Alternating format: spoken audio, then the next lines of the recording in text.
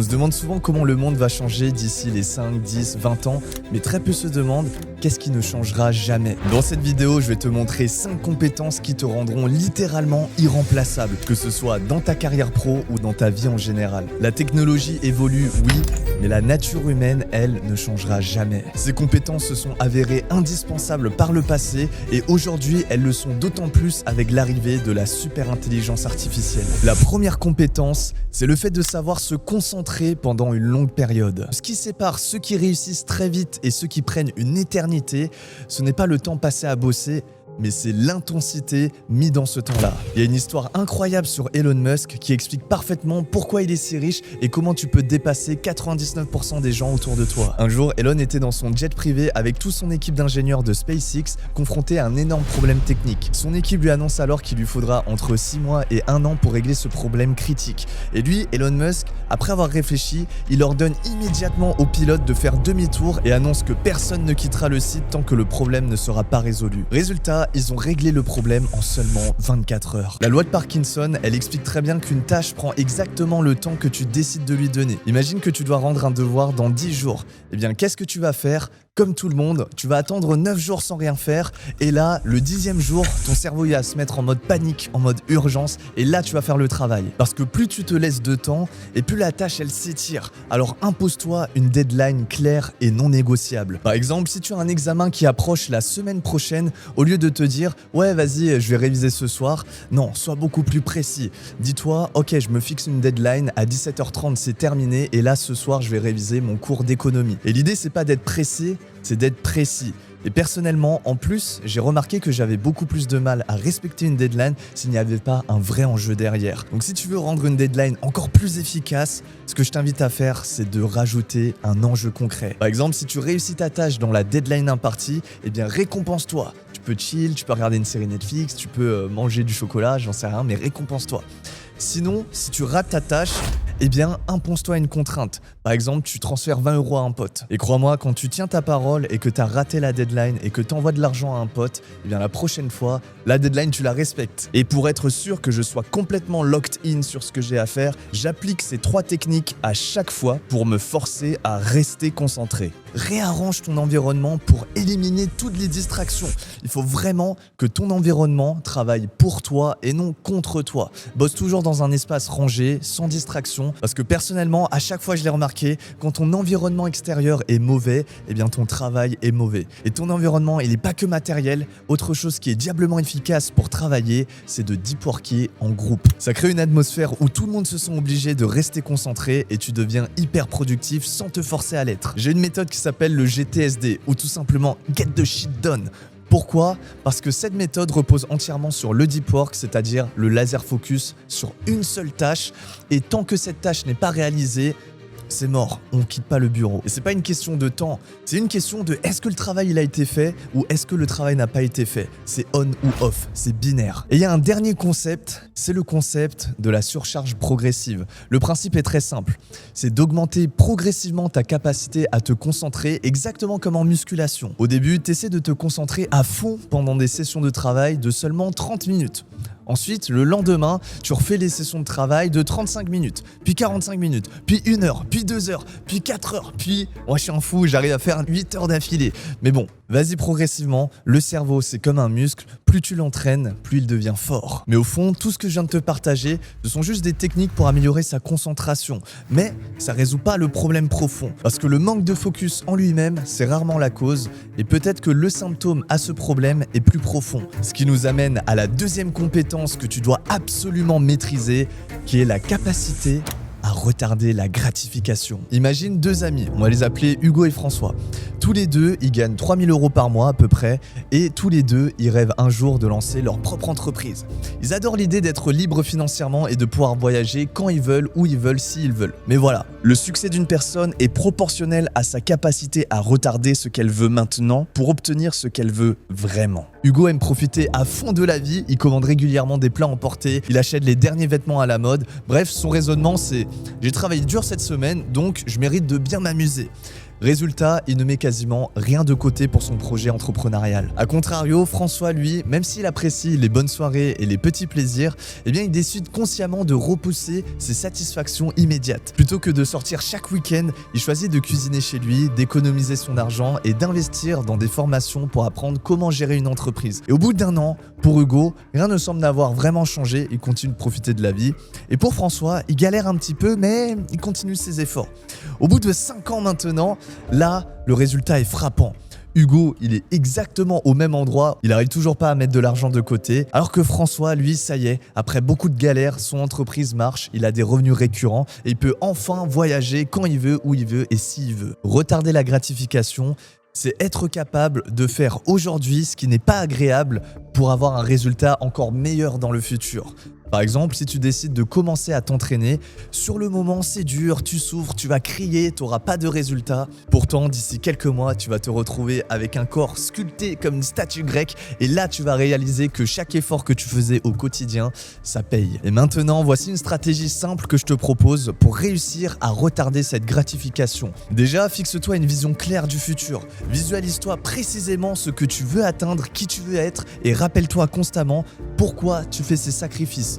Deuxièmement, élimine les tentations immédiates. Par exemple, si tu veux économiser, coupe tous les abonnements inutiles. Si tu souhaites mieux manger, arrête de commander des fast-food. Bref, élimine les distractions. Après, découpe ton objectif que tu t'es visualisé en plein de sous-objectifs intermédiaires et pour chaque sous-objectif réalisé, eh bien là, tu peux te récompenser. Et vraiment, je pense que la plupart des gens n'ont pas compris le concept d'amour-propre. L'amour-propre, c'est pas se faire plaisir aujourd'hui pour avoir une vie de merde demain. Non, le vrai amour-propre, c'est savoir souffrir aujourd'hui pour avoir une vie de rêve demain. Et maintenant, tu sais comment te concentrer pendant une longue période et comment retarder la gratification. Ça te permet de te conquérir toi-même. Mais la prochaine compétence que je vais te présenter, elle te permettra de conquérir le monde. Et cette compétence, en anglais, on dit qu'il s'agit d'un high income skill. Dis-toi, tout le monde a de la valeur sur le marché de l'emploi. Attention, c'est pas ta valeur en tant qu'être humain, c'est ta valeur marchande. C'est le prix que le monde est prêt à te payer pour tes compétences. Mais la majorité des gens ont peu de valeur et donc ils gagnent peu. Non pas parce qu'ils sont bêtes, mais parce qu'ils ont appris des compétences que tout le monde peut faire. Et si tu veux augmenter ta valeur, alors tu dois apprendre des compétences rares et qui valent cher. Des compétences qui règlent de vrais problèmes et qui apportent de vrais résultats. Je te prends un exemple très simple. Un médecin généraliste, lui, il gagne très bien sa vie. Mais un neurochirurgien, lui, alors il gagne très bien sa vie. Et c'est quoi la différence entre les deux? Pourtant, c'est le même domaine. C'est que le neurochirurgien, lui, il résout un problème beaucoup plus technique, beaucoup plus précis et beaucoup plus rare. Donc dans cet exemple, tu peux gagner beaucoup d'argent en développant une compétence verticale, c'est-à-dire que tu vises l'excellence dans un domaine très précis. Ou bien alors, si je te prends un autre exemple, imagine, je prends un photographe qui sait uniquement faire des photos sur les réseaux sociaux.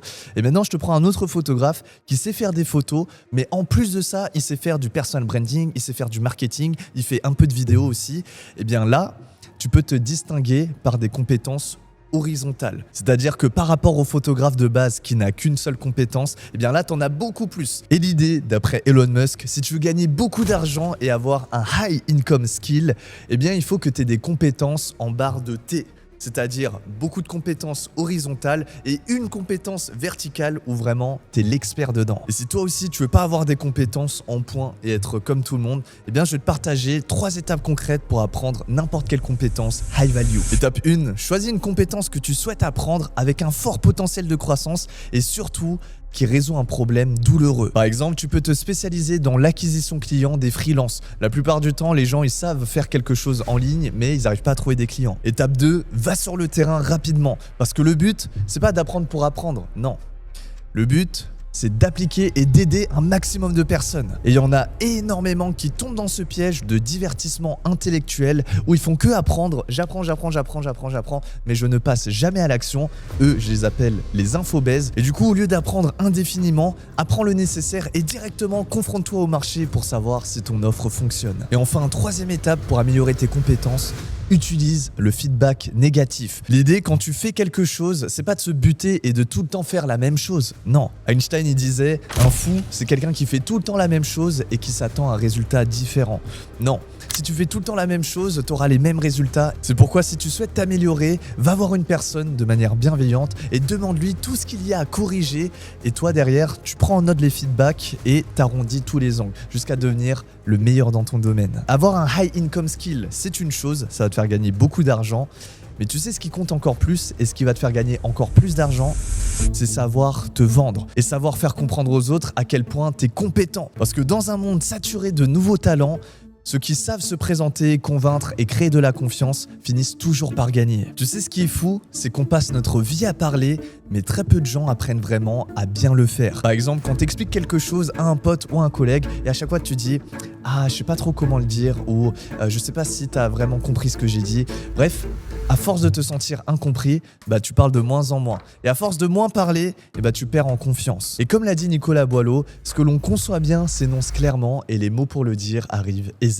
Magnifique. Et donc le problème, c'est que si tu n'arrives pas à expliquer une idée simplement, c'est probablement que tu ne la comprends pas assez bien. Et le cheat code pour améliorer ton art oratoire, comme je te l'ai dit, ça part d'une seule compétence, qui est le fait d'avoir une clarté mentale. Il faut que ce soit clair, limpide. Parce que je peux te promettre que même si tu prends le meilleur orateur au monde, tu lui fais passer une nuit blanche, tu lui fais courir un marathon et tu le fais passer devant une foule de personnes sur un sujet qu'il ne maîtrise pas, lui-même il va bégayer.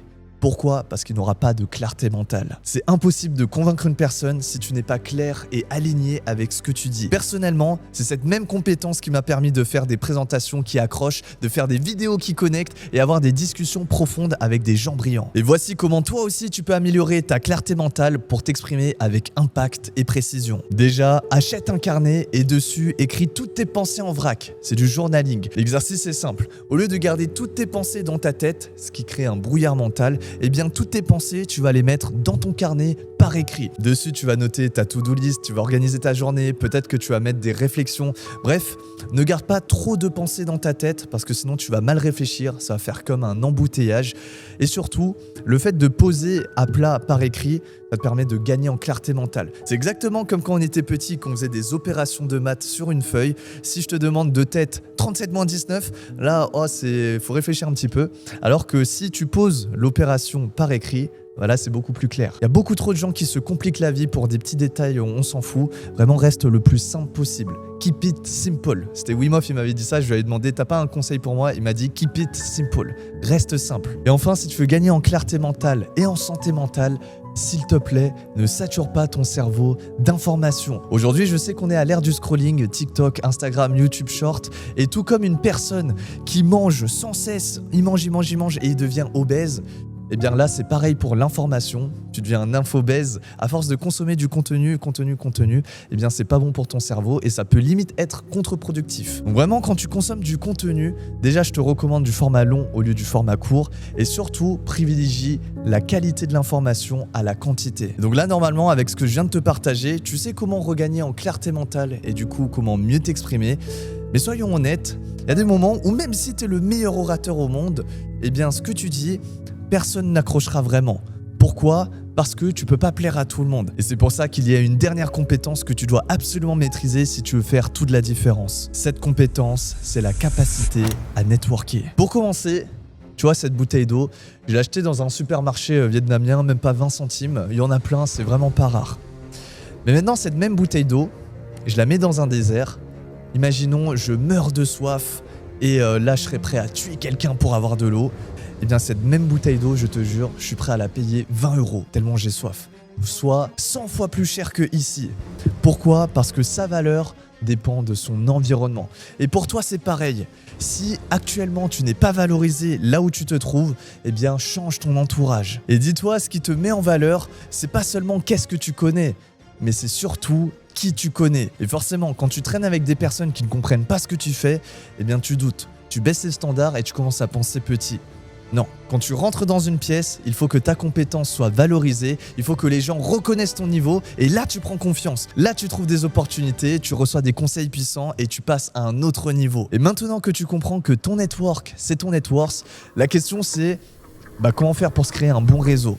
Et aujourd'hui, La vérité, c'est que tu n'as pas besoin d'être né dans une bonne famille ou avoir de bons contacts. Tu peux créer ton propre réseau en partant de zéro. Et voici comment tu peux faire. Déjà, définis clairement ton cercle d'appartenance et ton cercle de référence. Ton cercle d'appartenance, c'est qui tu côtoies malgré toi. Et ton cercle de référence, c'est qui sont les personnes que tu aimerais côtoyer. Ensuite, deuxième étape, trouve une passerelle entre ton cercle d'appartenance et ton cercle de référence. Et pour ça, va chercher sur des groupes Facebook, des groupes Discord, Instagram, LinkedIn, des événements, peu importe, mais rentre en contact avec ce nouveau cercle et surtout, quelque chose qui est très fondamental dans le networking, c'est apporte-leur de la valeur, sois utile. Pourquoi ? Parce que toutes les bonnes relations, il y a de l'intérêt réciproque. Et si toi, tu es juste là à gratter un contact et que tu n'as rien à apporter, eh bien, c'est pas intéressant pour la personne en face et vous n'allez pas connecter. Et l'intérêt, faut pas le voir d'un mauvais œil. Oh, c'est juste une relation par intérêt. Mais toutes les relations, il y a de l'intérêt. Au contraire, s'il n'y a pas d'intérêt, c'est quoi l'intérêt qu'on soit en relation ? Et dis-toi, les meilleures relations, c'est toujours des relations gagnantes-gagnantes où les intérêts vont dans les deux sens. Après, un intérêt, c'est pas obligé que ce soit que business. Par exemple, juste passer un bon moment, c'est un intérêt. Donc vraiment, si tu veux te bâtir un réseau de personnes de confiance et de personnes compétentes, eh bien, il faut que tu sois régulier. C'est pas un coup de chance, c'est une construction. Tu reviens, tu participes, tu crées des liens. Et en bonus, le plus gros cheat code pour faciliter ton réseautage, c'est le fait de créer du contenu autour de ce que tu fais et de qui tu es. Parce qu'aujourd'hui, plus tu es visible et plus tu vas attirer les opportunités à toi comme un aimant. C'est vraiment un cheat code. Donc si tu as l'opportunité, si tu as l'envie, si tu as la motivation et si tu as juste un téléphone, ne te prive pas, poste du contenu, sois visible. Et aujourd'hui, si tu n'utilises pas les réseaux, ça va être dur de se faire un réseau. Donc vraiment, sois ouvert à la rencontre et surtout, ne te dis pas que c'est trop tard ou c'est pas fait pour toi. Non. Parce que dis-toi, il suffit juste d'une seule conversation avec la bonne personne pour changer radicalement de vie. Ce qui compte à la fin, ce qui te donne de l'aura, c'est pas juste ce que tu sais faire, mais c'est qui c'est ce que tu sais faire. Si t'as aimé cette vidéo et que tu souhaites encore approfondir tes compétences, alors j'ai quelque chose pour toi. Aujourd'hui, si tu souhaites te générer un complément de revenu en ligne grâce aux réseaux sociaux, et ça sans quitter ton job, sans quitter tes études, eh bien j'ai créé spécialement pour toi un atelier gratuit. Pour t'inscrire, t'as juste à cliquer sur le premier lien en description et je t'apprends comment j'ai fait pour gagner ma liberté et vivre de ma passion. Tu n'es qu'à un clic de changer de vie. C'était Mr. Dreamax et n'oublie jamais, c'est l'effort qui crée l'effort.